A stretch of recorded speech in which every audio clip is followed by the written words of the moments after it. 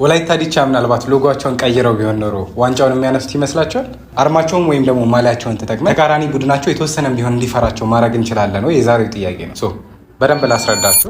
ወላይታ ዲቻውን ያላቸው ሎጎ ዲዛይን ይሄኛው። እዚህ ጋር ያሉትን አንዳንድ ድክመቶችን እንወስድና ከዛ ጥሩ ጎናቸውም ደግሞ በዛው ልክ እናወጣለን ማለት ነው። አንደኛ ብዙ አይነት ከለር ኮምቢኔሽን አለ። እዚህ ጋር አረንጓዴ፣ ከዛ ቀይ ኒዮን ከለር አይነት ፕላስ ሰማያዊ ወደ 4 አይነት ከለር ይኖራል ማለት ነው። ሁለተኛው ደግሞ ሼፖቹ አለመመጣጠን እና እዚህ ጋር የተጠቀምናቸው ደግሞ ግማሹ ሪያሊስቲክ ነው። ለምሳሌ ይህንን የእንሰት ዛፍ ካያችሁት ሞር ፎቶ ነው። ኳሱ ደግሞ 3D ነው። እዚህ ጋር ያሉት ሌሎቹ ዲዛይኖች ደግሞ 2D ናቸው ወይም ፍላት ናቸው። ስለዚህ እነዚህ ነገሮች ለመቀየር እንሞክራለን።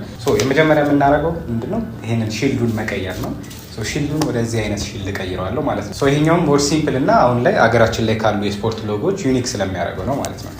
ከላይ ልክ እንደዚህ አይነት ሰፓሬሽንን ከፍትና እንፈጥርና ወላይታ ዲቻ ስፖርት ክለብ ብለን እዚህ ጋር እንጽፋለን።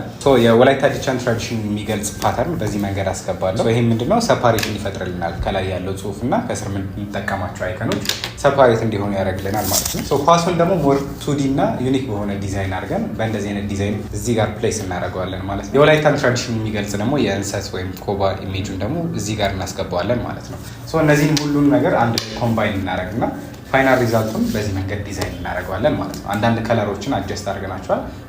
ፋይናሉ ይሄ ነው። ሁለተኛ ደረጃን ይዞ መጨረስ ራሱ ትልቅ ነገር ነው። በተከታታይ ዓመት አይሆን እንጂ ቀልድ ነው። ቢግ ሪስፔክት ወላይታ ዲቻ ስፖርት ክለብ። ይሄኛውን የሪዲዛይን አይዲያ ግን እንዴት አያችሁት? ሀሳባችሁን ኮሜንት ላይ አስቀምጡልኝ።